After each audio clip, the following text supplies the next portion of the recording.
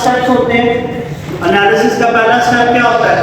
सबसे पहले शाबाश, एनालिसिस में बेटा हमें सबसे पहले क्या करना होता है? टू अकाउंट्स आइडेंटिफाई करने आइडेंटिफाई करने होते हैं टू अकाउंट्स एटलीस्ट सर दो से ज़्यादा भी हो सकते हैं। हाँ जी, दो से ज़्यादा भी हो सकते हैं।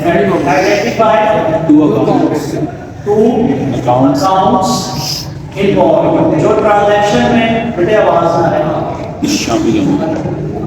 जो ट्रांजैक्शन में दो अकाउंट्स हैं, सबसे पहले हमने उनकी निशानदेही करनी है। सेकंड नंबर पे मेरा बेटा नेचर ऑफ अकाउंट्स, हमने देखनी है नेचर ऑफ अकाउंट्स के उन अकाउंट्स की नेचर क्या है। क्या नेचर हो सकती है? एसेट हो सकती है, एक्सपेंस हो सकती है, रेवेन्यू या लायबिलिटी। कोई पांचवी चीज नहीं हो सकती, ठीक है। और उसके बाद बेटा तीसरे नंबर पे हमने क्या करना होता है? Counting treatment. इनका हमें देखना होता है कि अकाउंटिंग ट्रीटमेंट क्या होगा, यानी कौन से अकाउंट को डेबिट करेंगे और कौन से अकाउंट को क्रेडिट करेंगे, ठीक है। तो हमने एक ट्रांजैक्शन का किया था बेटा, एक एक करके यहाँ आप करेंगे। सबसे पहले हमने कहा था एक ट्रांजैक्शन है हमारे पास, मिस्टर अहमद कर लेते हैं। Started business, mister Ahmed started business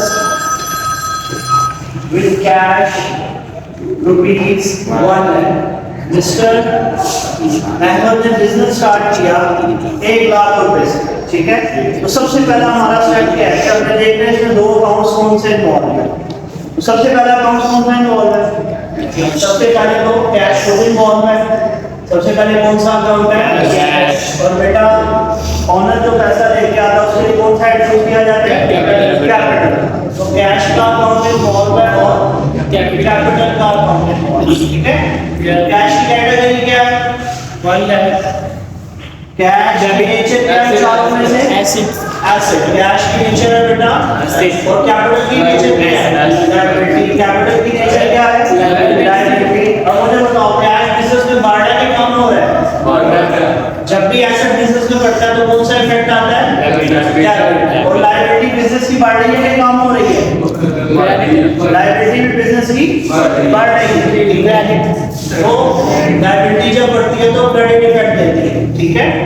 तो इसको जब हमने एंट्री में लिखना होगा तो एंट्री में लिखने के लिए डेबिट अकाउंट को ऊपर वाली लाइन में लिखते हैं, क्रेडिट अकाउंट को नीचे वाली लाइन में। तो हम क्या लिखेंगे बेटा?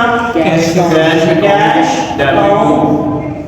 Debit to capital account credit account, ठीक है।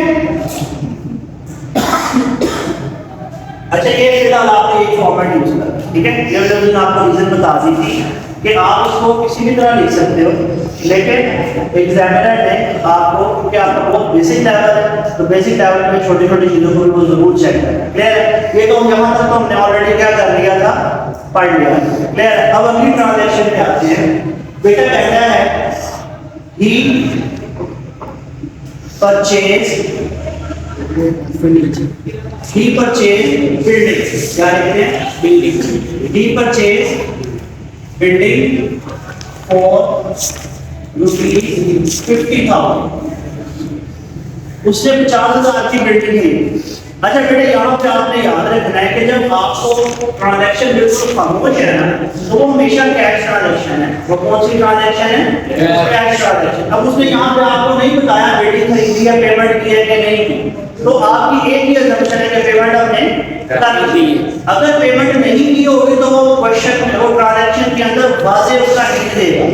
अगर पेमेंट नहीं की होगी तो वो ट्रांजैक्शन में क्या करेगा? उसका वाज़ेह क्लियर हिंट देगा। वाज़ेह क्या देगा? ऑन क्रेडिट या क्या देगा? ऑन अकाउंट, ठीक है। वाज़ेह बताएगा या कोई नाम दे देगा या क्या कर देगा? नाम दे देगा। क्लियर? अब चूंकि उसने कहा ही परचेज बिल्डिंग फॉर रुपीस 50,000, तो अब मुझे तो पहले ये फैसला करो कैश की पेमेंट हुई है कि नहीं हुई? कैश की पेमेंट हो गई है। जब ट्रांजैक्शन के बारे में खामोश है तो कैश की पेमेंट हो गई है। हाँ, अगर ट्रांजैक्शन में कोई नाम आ जाता या ट्रांजैक्शन खुद बता देती कि ऑन क्रेडिट या ऑन अकाउंट है तो फिर कैश की पेमेंट नहीं हुई। क्लियर? तो बेटा हमने सबसे पहले देखना है दो अकाउंट्स कौन से हैं, बताओ। एक तो है बिल्डिंग, एक कौन सा है? बिल्डिंग। एक तो है बेटा बिल्डिंग और दूसरा अकाउंट कौन सा है? कैश। एक है और एक है Cash. दो अकाउंट मिल गए। अब ये बताओ बिल्डिंग की नेचर क्या है? एसेट। कैश की नेचर क्या है? एसेट। जब आप बिल्डिंग खरीदोगे बिजनेस में ये वाला एसेट बढ़ेगा या कम बढ़ेगा। बढ़ेगा। एसेट जब भी बढ़ता है Debit. और बेटा ये वाला एसेट कम होगा। एसेट जब भी कम होता है Credit. तो इसकी हमने एंट्री बनानी है। Yes. इसकी एंट्री बनाएंगे building account debit to cash account building account account debit to cash account cash account. नहीं समझ आ रहा है? ये कैश एसेट डिक्रीज हो रहा है ना क्या? एसेट कोई एक नेचर का थोड़ी है। हमारे पास करंट एसेट्स हैं, करंट एसेट्स में भी डेटा हो सकते हैं, स्टॉक हो सकते हैं, क्या है एसेट्स की बहुत सारी इकसाम है। यहाँ तक किसी को मसला? अच्छा, अब ये तो इसको दो एक सैंपल है। अब मेरा बेटा जितने भी एसेट खरीदोगे, अगर मैं कहता हूँ परचेज किया फर्नीचर, नहीं समझ आ रहा है? या परचेज किया इक्विपमेंट, परचेज किया कंप्यूटर, बेटा उसका एनालिसिस तो यही रहेगा ना कि नहीं? उसका एनालिसिस तो यही रहेगा या कुछ और हो सकता है? नहीं समझ आ रही बात? तो बेटा जब भी आप एसेट खरीदोगे तो अब इसको अगर आप एक सैंपल केस ले लो, परचेज बिल्डिंग और कैश, या परचेज बिल्डिंग को 50,000, उधर बिल्डिंग की जगह फर्नीचर लिख दो, कंप्यूटर लिख दो, टाइपराइटर लिख दो। इसका मतलब है कि आप उसकी एंट्री अब बना दोगे ना, उस पे टाइम को ना वेस्ट करो। बाकी बात है ना, अगर अब मैं कभी लिखवाऊं परचेज द टाइपराइटर, या मैं लिखवाऊं परचेज द लैंड, या मैं लिखवाऊं परचेज मशीनरी, या मैं लिखवाऊं परचेज ऑफिसर मीरा, तो आप लोग परेशान तो नहीं होगे? डेफिनेटली वो बेटा एक एसेट हो जाएगा, दूसरा एसेट कैश हो जाएगा। जी बेटा ये पता नहीं लग रहा है कि बिल्डिंग बिजनेस में बिल्डिंग इंक्रीज हो रही है, केवल एसेट इंक्रीज हो रहा है। एसेट जब भी इंक्रीज होगा तो क्या करते हैं? ये लिखा हुआ है बिजनेस में एसेट जब भी इंक्रीज होगा तो क्या करेंगे? डेबिट करेंगे। नहीं समझ आ रहा?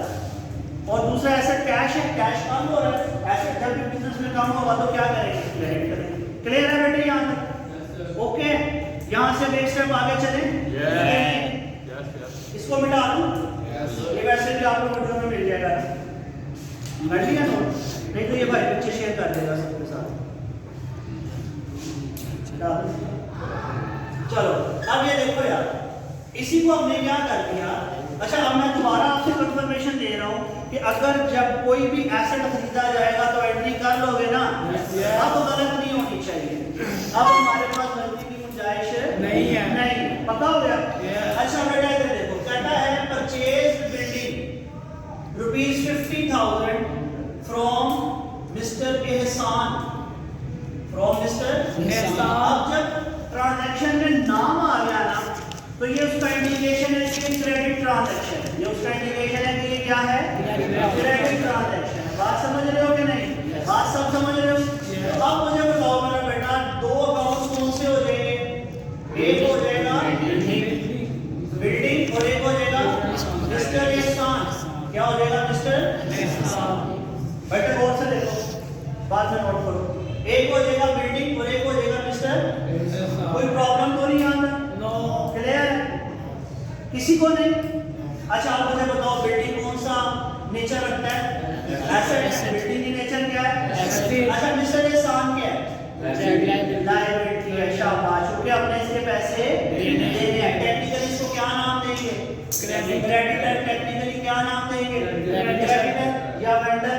ठीक है, और ये क्या होगी हमारी? लायबिलिटी। नहीं समझ आ रहा? अब मुझे बताओ, बिजनेस में बिल्डिंग इंक्रीज हो रही है, एसेट बढ़ रहा है, कम हो रहा है? एसेट जब भी बढ़ता है डेबिट। और बेटा ये बताओ, ये लायबिलिटी बढ़ रही है, जब ये बढ़ेगी तो क्रेडिट। तो एंट्री क्या हो जाएगी? Building account building account debit to building account debit to mister Ehsan. Account लिखें। मिस्टर एहसान के साथ अगर अकाउंट लिखना है ना, तो ऐसे लिखो, अपॉस्ट्रोफी एस डाल के मिस्टर एहसान अकाउंट। क्लियर है? तो आमतौर पे हम कहते हैं ना लिखो तो बेहतर है। नहीं समझ आ रही? क्लियर हो गया बेटा? अच्छा, अब मैं कोई भी ऐसा उधार पे परचेज करूं, मैं टाइपराइटर उधार पे परचेज करूं, मैं फर्नीचर उधार पे परचेज करूं, मैं प्लांट उधार पे परचेज करूं, तो उसका एनालिसिस करके एंट्री कर लोगे? यस। पक्की बात है कि नहीं? कर लेंगे सर।